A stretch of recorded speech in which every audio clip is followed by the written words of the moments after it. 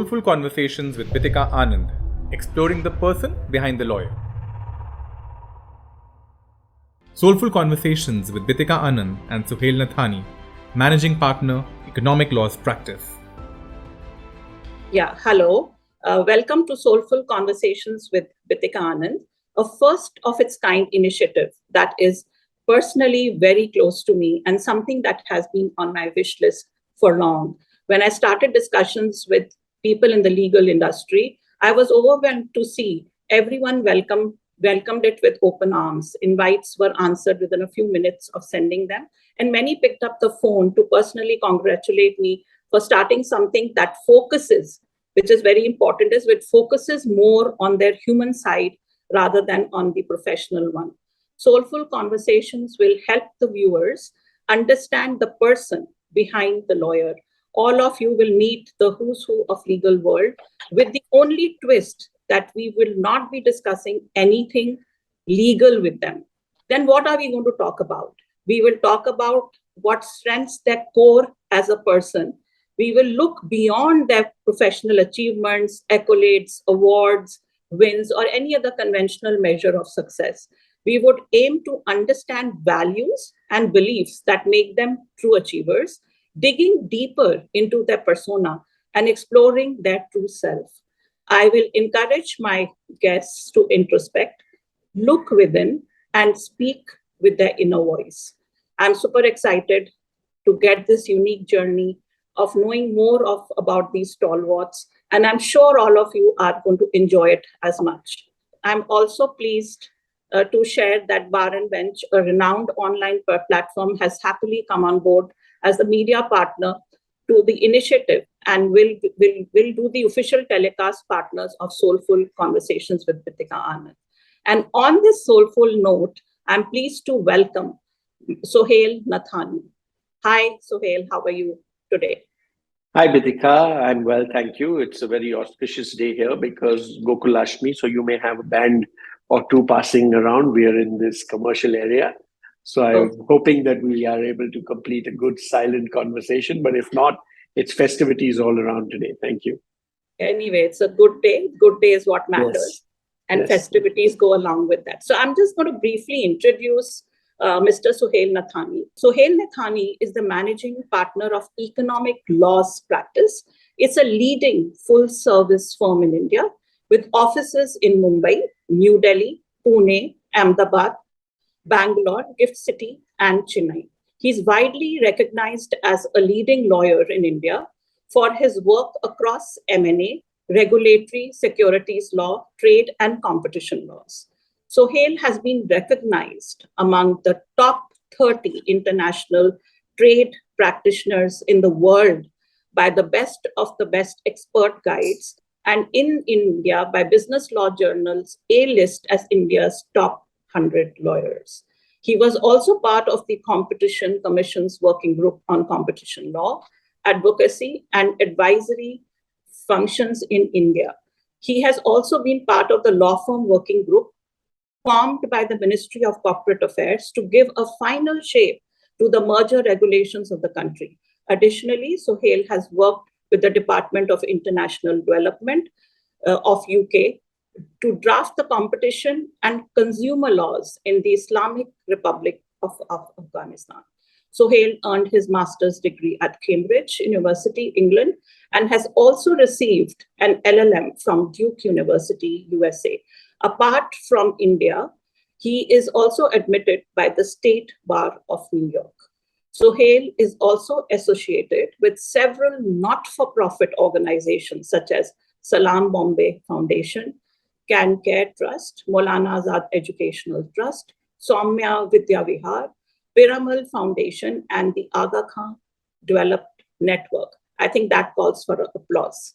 Suhail also sits on the board of Piramal Enterprises, Piramal Capital and Housing Finance Limited, Mahindra CIE, and UTI Trustee Company as a chairman. Suhail is also an honorary adjunct professor at the Jindal Global Law School in India, serves on the Apex Advisory Board at the Adani Institute of Infrastructure Law. And I think with this, I would like to say, so there is no more going to be discussions of who he is professionally and what he's achieved professionally. So we are going to go on a personal note now. Your journey of life, right? Journey of life is both is professional and personal, right? And in professionals, I feel the professional life takes more importance, obviously personal life is also important. So we would like, that if you can share with us some snippets, some moments which were either very challenging during this journey of your life or were excellent also to achieve what you have achieved today. Thank you, Bithika. So everybody's life has their own journeys and own turning points. I graduated from Cambridge University and then went to the US. I did my LLM, I did my bar exam, and I was working for a telecom company in Washington, DC. The company went IPO, and my wife and I sat down and discussed where we would like to be in the long run, where we would like to bring our children up. And more importantly, from my perspective, I was very, very clear that I always wanted to practice law in India. So it was a tough decision to uproot from the US, but we uprooted kids and all and came back to India. I started working in Delhi with Advani and Company, and did work with Mr. Salman Khurshid as well as one of his juniors. And I found that I was traveling a lot, and my wife at those days had two young children to look after. She is from Bombay as well, and was finding it very difficult in Delhi when I was traveling. So she asked me a question saying, look, are you going to travel more if we are in Bombay? I said, no, I'll probably travel the same because that's just the nature of the kind of work I was doing. And she said, well, then if all things are equal, I'd like to go and move to Bombay. For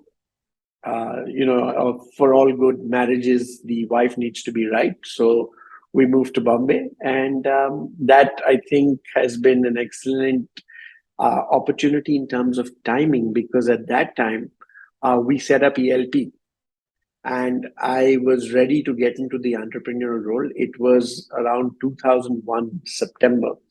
In fact, I had already moved to Bombay and I was working, and we had Rohan and I, who were the founders at that time, had agreed, but we could not get the time to sign off on the contract because both of us were traveling so much. So we agreed to meet in Singapore. And we met in Singapore, and the first ELP partnership deed was signed in Singapore on 6 September 2001. And of course, soon after that, we have many who have played a role of founders in the firm. But the first definitive deed was signed in Singapore. And I was on my way to Australia, and I don't recollect where Rohan was going to, but that was the formation of ELP. Okay, so I would like you to share more from even the personal side. So your journey of life, what were those personal moments in your life when, whether they were challenging, not challenging, or nothing happened? Like, some people's life is very smooth also, so nothing happens. But something you share with us about your personal moments while, going through this journey of your life. So let me tell you that, like many, I have been blessed in different ways. And yes, there have been moments in life, but they could have been a lot worse. So I'm always grateful for every day. But I always wanted to be a lawyer. I come from a family of lawyers.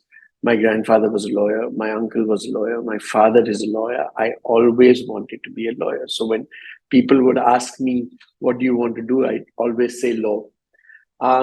In India, in those days, there were no national law schools. You had to go through a 12 plus 3 and go to law school. And I went to Sydenham College, which at that time was a very renowned commerce college in Bombay. And then I went to law school. And honestly, my experience in the law school in Bombay was not a happy one. I found that there was no teaching, there was no learning in many ways. And I was deeply, deeply disappointed. And at that time, I even contemplated, because many of my friends were doing GMAT and going abroad for MBA. So I thought, I'll go abroad for an MBA and, see what life has to offer, because it was a very difficult time where whatever you had expected in life was just not coming out, because it was just not being taught. There was just no system process that was really knowledge building process. However, I was working, being in Bombay, and being in a law school that worked from 7 to 11 in the morning. I was working, and I was working with Mr. Hiru Advani and Mr. Hochand Advani. His father at that time was alive, a very, very eminent practitioner. And they also were very knowledgeable about global opportunities to study. And Hiru himself had gone to Cambridge. So they were kind enough to enable me to go and study at Cambridge University. I applied to Oxford and Cambridge. There was another friend of mine, Javed Gaya, who was also instrumental, who was working at Hiru Advani's at that time, very instrumental in encouraging me to apply abroad. And I applied. Truth be told, I got called for an interview. In those days, you didn't travel that much outside India. Not that I came from a very privileged or wealthy background that I could jump on a flight, but we had a common friend. And also at that time, the courier business, international courier business in India had just started, and they were not allowing unaccompanied baggages. So there were couriers who used to go. You could not check in any bag, but you just had to show that you were the passenger, and there was this courier bag with you. And I got the opportunity through a school friend of mine to go as a courier for one of these large courier companies. So I went on a Friday, interviewed at Oxford, interviewed at Cambridge, and came back on a Sunday, because the weekend allowed you 2 days in London. Otherwise, it would be a morning, evening, or literally overnight. So I went to Cambridge, I went to Oxford. It was a truly eye-opening trip. The campuses, the interviews I had were just fascinating. At Cambridge, I was interviewed by a Sri Lankan professor, Mickey Dias, and he still remains one of the leading exponents of tort law and jurisprudence at Cambridge. Of course, he's no more now, but in that conversation I had with him, he never asked me a single question of law. We were there at that time. The Indian peacekeeping force had gone into Sri Lanka, was having its own challenges. So we just spoke about that, and we had a perfectly nice conversation. And I came out of the conversation saying, what kind of interview is this? He's probably been kind to me and just as a courtesy met me, but really nothing's going to come out of this. So I came back to India, and I was not expecting much. And when that happened, I was pleasantly surprised, because I got a letter both from a college at Oxford and a college in Cambridge inviting me to study law over there. What I must tell you, we have this habit of wiping out bad memories from your mind.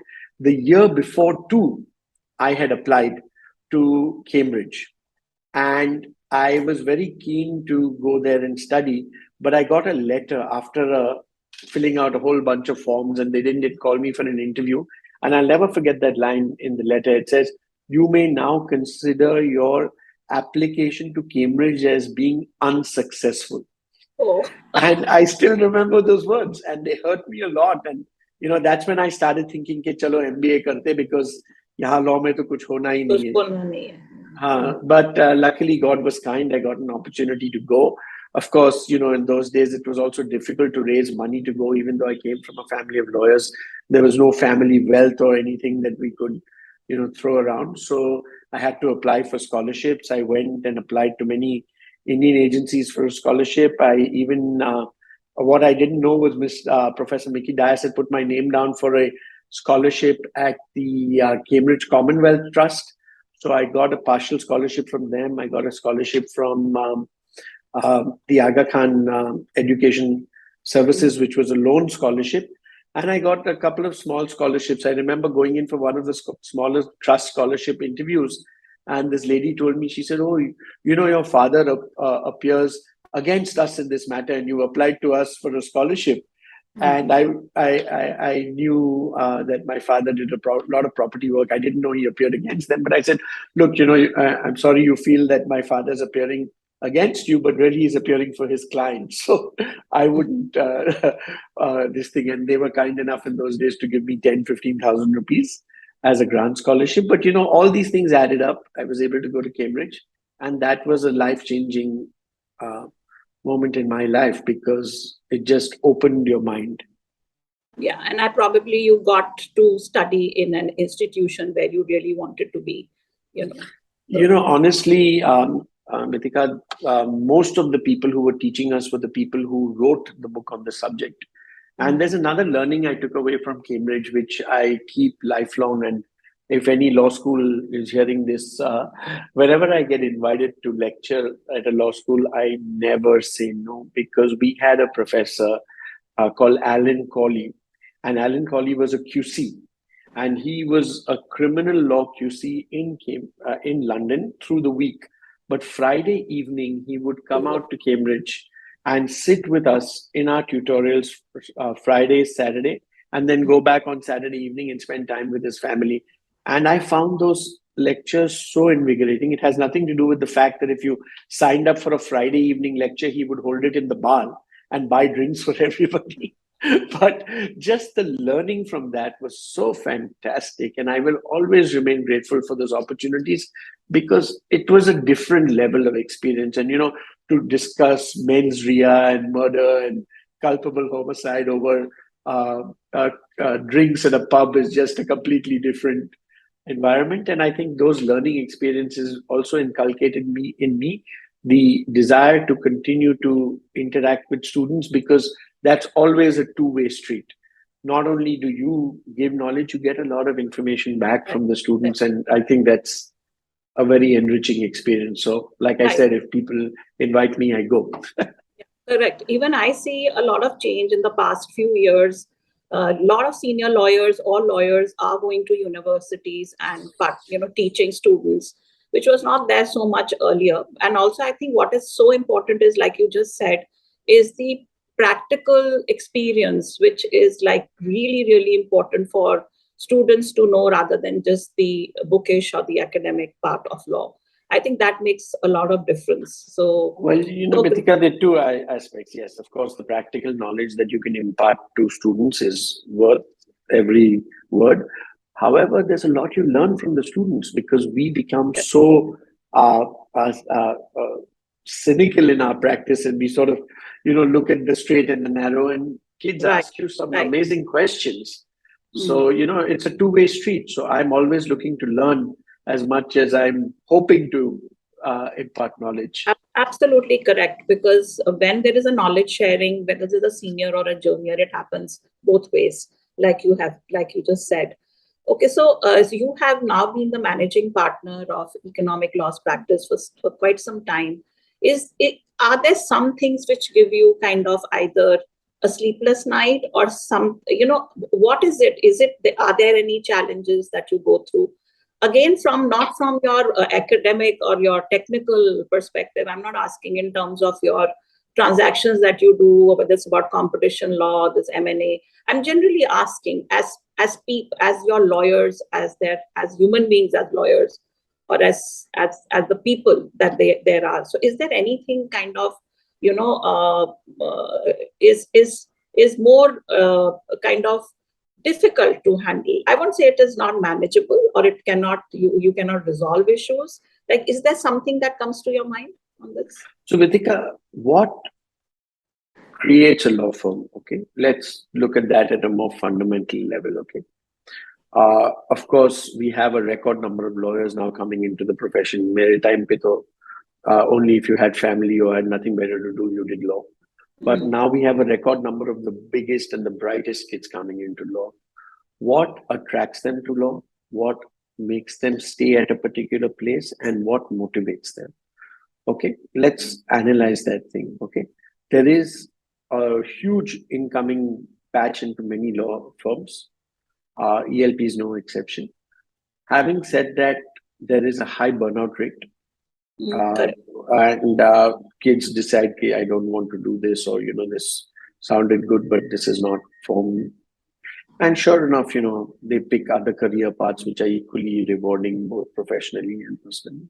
Then, the people who stick with law grow with the firm. It's no secret that poaching, whatever, is a cycle for every law firm. But at a certain point, money is not the motivation. Okay. Money is an important aspect, but it has diminishing marginal utility. At some point, you work for something beyond money. So I had a conversation with a leading industrialist in India, and we were just talking about a couple of things. And he said, "Oh, why do people stay at your firm?" And I said, "Oh, we pay them well, and we pay them when they get into the higher echelons. We pay them more than or as good as the best firms in the market." And he said, "Suhail, it can't be about that. It can't be only about money." And that was early in the game of ELP, probably 10, 12 years into ELP's existence.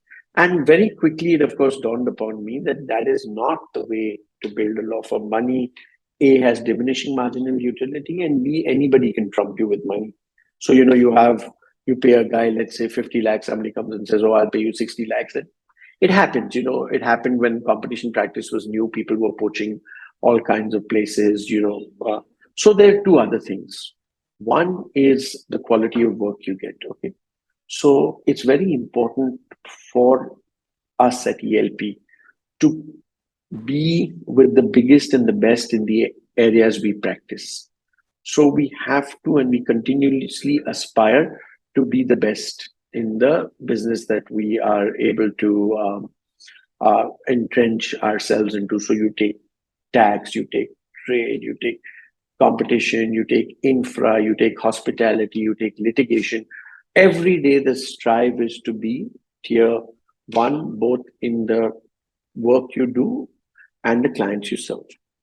The second more important thing is culture. And I say the second most important thing in our order of speaking, but the most important thing is culture. What is the culture you are building? And you can have people who are together for 20 years. You can have people who are together for hundreds of years. But at some point, if there is a cultural mismatch, you can end up parting ways. You part as friends, you part less amicably, leave that apart. But the culture focus that we bring at ELP every day is something that keeps me awake at night. And it's not only that you evolve a culture, you practice and live that culture, you share that culture with your peers, and you translate it into the firm. And each one of it is a challenge. And there's nothing right or there's nothing wrong. But there's certain things that you will do which you believe are right. And that sort of starts evolving into the culture, which you then start sharing. It could mean how you deal with your client. It can be the pride you take when every document leaves your table, or it can be how you treat the people around you. If there's a peon, if you shout at him, if there's a secretary, you shout at her, you throw papers on your subordinates, those kind of things are zero tolerance, because the culture just doesn't fit. You need to respect. You need to give respect. You need to be professional in what you do. And that is the single most important thing that I live through every day. That, look, we are building this culture. This culture needs to outlast us. And what is very interesting is that people may go to other organizations, but they will take the culture with them. In the last few years, we've had people leave ELP, just as many firms, but we have had more boutiques forming out of ELP than, Yeah. yeah. And, people say, yes, people are leaving. Look, you can't worry about people leaving.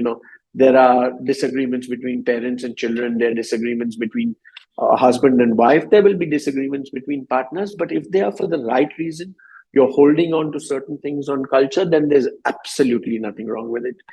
You will shed people on the path. You will meet like-minded people along the way. Eventually, you need to come into work in an environment where you're happy and you're giving your best. If you're always worried, okay, I'm getting screwed here, people are exploiting me, my partners are not good to me, or whatever else, that's an unsustainable situation. I wouldn't advise anybody to be in that situation. Correct. So even whatever my experience also has been, is that at junior levels, people do think of money like you said. But at a senior level, it is more culture and how they integrate with each other and with the culture of the firm that makes them stay there, and of course, even if they imbibe or even if they have kind of integrated themselves, but every individual's aspirations are different. So it's not possible to have like 120, people that you can kind of, have them together under the same roof with the same aspirations, same what they want in life. So anyway, all these things keep happening. But people, I've seen those partners and observed in many firms, the partners who've been staying there for 20 years, 21 years, those have actually completely imbibed with the culture of the firm and with the top leadership team completely. Then they just kind of become part and parcel of your firm. That's what we have seen at junior levels. That's a great observation. And the way I look at it at ELP is that they are custodians of the firm. So I keep saying that we don't own the firm. We are holding the firm on for future generations. The culture passes on. There are two things that are constantly evolving. One are aspirations and two are values. You can't sit and say, no, this is my value and this is what I'm going to do. And every time you have to adapt. So I was talking to a very successful CA yesterday, and he made a great point to me. He said, look, when he was working in the most traditional firm in Bombay, the first client who he went to, and he said that, look, we are saving the client so many crores in taxes. I want to pitch the client 50 lakhs as fees. And he said, around the table, the older partner said, Pagal ho gaya kya? 50 lakhs kaun pay karega? What is this? Y'all are mad. Y'all are, But look, when you are bringing that value to the client, of course, it's not overnight, but as values change, as opportunities change, you need to adapt, whether it's commercial. One thing that is never adaptable is ethics. You need to hold your moral compass very, very strong. So the world may go around, they can change, you may have great opportunities. ELP stories are rife with opportunities ke ye karwa ke do, hum ye denge. And we always say no, because that once you do that, then there's no turning back. And once you are involved in that for your client, then the client keeps expecting that from you. So from day one, we have been very, very clear. And clients have come and told us that wo hame guaranteed result de raha hai, and we say all the best. Great. If you need a lawyer, you know where to find us. But this is not the firm that we ever started to be or we will ever be. So the moral compass, that anchor needs to be kept really strong. The other important thing is that you can't have side deals. Okay. You can't have, tell one partner, oh, I'll take care of you, I'll give you something. Zero. Everything you do has to be transparent and it needs to be out there. Because people may know it, they may not like it. But if people find out that you're hiding something, it is much worse. So as a managing partner, I'm always big on transparency, sharing information, talking to my younger partners. There should be absolutely no ambiguity as to what the leadership of the firm stands for. I also recognize that today I'm managing partner, tomorrow I may not be managing partner. It's up to my partners to decide, and I need to get back into the service line and get going with what I do, which is being a lawyer. Yeah, right. So is there anybody in your life, you can, who has really influenced you? So, I love to mention many celebrities who have been part of my journey, but the honest truth is that the one who has influenced you. The honest truth is that nobody's influenced me more than my father. Okay, He's a lawyer, and he practiced with somebody externally. Then he practiced with his father, and when it came my time to choose a career, he never forced me to become a lawyer. When I became a lawyer, he never said, come and work for me, Suhail. Never, from day one. He said, whatever I know, I will teach you in any case. So you please go out and do what you can do best, see the opportunities, and you have my full support.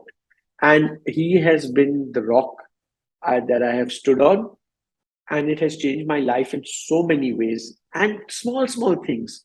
Don't have an ego. So, when I started my career, somebody would say, "Come to my office," and I would say, "Papa, should I go?" And he's like, "Why do you have an ego? You are serving your client. You must go irrespective of who calls you." So even today, when somebody says, "Come to our office," my juniors will say, "Nahi, unko ELP mein bulao." Hola. And I say, look, it's not about that. It's about doing the right thing for your client. If my going there helps the client, please don't focus on the wrong things. The only thing that matters is serve your client best and don't compromise on your ethics. If you keep those two lodestones, that's everything that this thing. And those are the learnings that my father has given me in so many small ways. He's So no, 86. yeah. So there are a couple more things which I'm more Yeah, interested to talk to you sure. about. Of course, it's great to know that your father is influenced. So what we see Sohail as today is lot from his father, right? Yes. Yeah, which is amazing, and which is really an honor to be kind of mentored by your own father. There are very few lucky lawyers or few lucky people who get that kind of opportunity. So I also wanted to go more on your hobbies. Do you have any hobbies?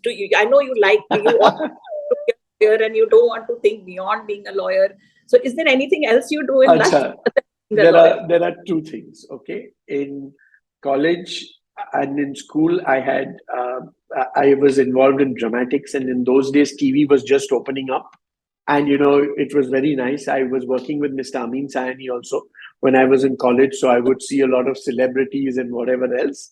But that was an attraction which I have no regrets not getting into, because it's an industry that I don't understand, and probably culturally is not new to me. Of course, life has its ways of getting back at you. My younger son, has studied film and is now a filmmaker. Oh, good. Very, So life has its ways of getting back to you. So I'm now trying to understand what my son will go through. Of course, I have nothing to share or teach him other but than so this was what you probably were exposed to. But right now, what do you do when you go back plan home? B. Plan B. I love to cook. Oh, I that's absolutely love to cook. It's a plan B profession. अगर कुछ नहीं चला तो Bombay high court के बाहर एक कुछ restaurant vada खोल. पाव तो बना देंगे, वड़ा पाव बनाएंगे या कुछ करेंगे. I love to cook. And Oh, so can I uh, take it that if you were not a lawyer, you would have been a chef? today, yes, I would have aspired to do something in that space, because I absolutely love to cook and I love to eat, and that's evident. But it also relaxes me. It also relaxes me, and Yeah. that's important. A lot of people say that cooking relaxes them. Okay, now on the topic, on the soulful conversations part, what do you think, or what does spirituality play a role in your life? Absolutely, it is a distinction I make between religion and spirituality. Okay, religion, and very early in my life, both my parents taught me this, that there are so many paths to reach the top of the mountain, but the view is the same from the top, right? So Right. you can't turn around and say, "Okay, you're right, I'm wrong. This is the only way it's done." So this dogma is something that I have not been brought up in. So I have a deep anchor in spirituality. I married a woman who's of a different faith from me. We bring our children up with a lot of spirituality, with exposure to all religions, not just both our religions, and that is an anchor in everything we do. Of course, you may believe it, you may not believe it, you may be completely agnostic. I've read all the books, Richard Dawkins, The God Illusion, everything else, George Bernard Shaw, anybody else who has a view on it. But eventually, it's so personal that I am deeply spiritual, but it's not a rigor or a form of spirituality. And I try to bring that to my work. I try to bring that to everything I do, because that is, in a way, your moral compass on what you try to do every day. And, there's some things that are just ethically wrong. And even though it is in the best interest of your client, you may not want to do it. And I'll give you an example. So, this is people who don't practice law don't appreciate this. A very, very dear friend of mine from college one of my closest friends, we got into a discussion and she said, "Oh, would you defend a rapist? Would you do this? Would you do that?" And I said, "Look, don't confuse. Everybody's entitled to a defense. I am not entitled to put my moral judgment on that person. So, that person may come from a background that may have shaped.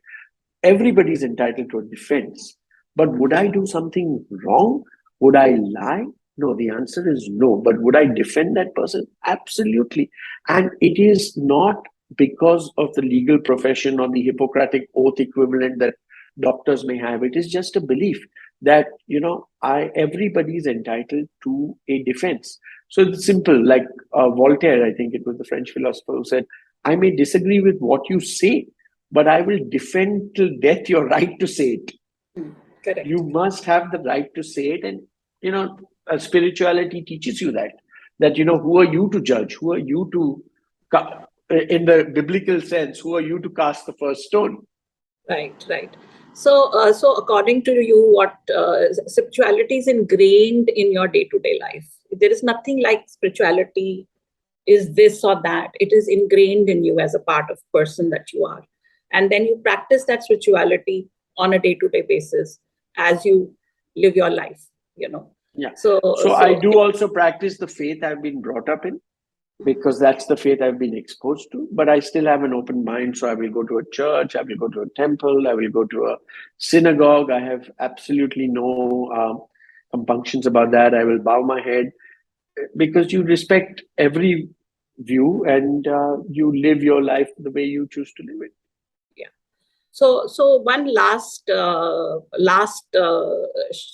experience that we would like you to share with us is that any hilarious, comical, any moment which even today makes you laugh when you think about it. You think there is something like that you can share with us, just to wind up things on a happy note. Two instances I can share with you. One, when I was with Advani and Company, there was a matter going on in the Bombay High Court. And as I mentioned, my friend Javed, who also played a part in my journey, was assisting two very old seniors, one who could not hear and one who could not see. And this case was in the Bombay High Court, and it had an archaic law. Only these two lawyers had been exposed to. And the judge would say something. One lawyer could not hear it. The judge would have one expression. The other lawyer could not see it. And they kept on shouting at Javed, saying, "What did the judge say?" So the judge said something, and I was in court. So the judge would say something. So that guy would say, "No, you're not telling me what the judge said." And everybody heard what the judge said except that man who could not hear. Yeah. So it was a hilarious hearing. Of course, you have to respect the immense knowledge that was in the room, but it was really funny because one guy couldn't see, one guy couldn't hear, and it was amusing. All of you have a lot of anecdotes of what happens in a courtroom. But this is I have one more anecdote which is outside a courtroom. Okay, and this again has nothing to do with me directly, but I know for a fact because it involved my parents.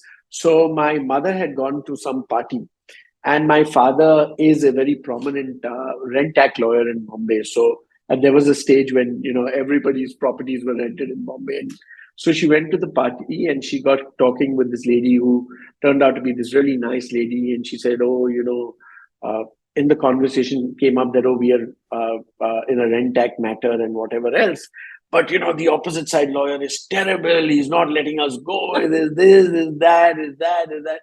So my mother heard all this, and then she said, "Who's the lawyer?" And that lady dropped my father's name. So, again, that's when I learned that you don't oppose anybody. You appear for your client. So it doesn't matter what the opponent thinks.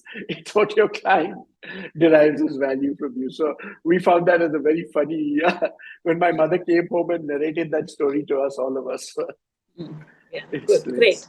Anyway, thanks a lot. And I think it was just delightful to have you on this soulful conversations with us today, and look forward to having many more conversations with you, Sohail. Thank you, Bithika. You make it so easy. Now in a little bit more in Mumbai. I must come and drop in at least to say hi. Come. We move to your new office and you make the conversation Oh, so really? easy. Okay. Yeah, you make the conversation so easy, so it's easy to flow. Thank you so much. Okay, thank you.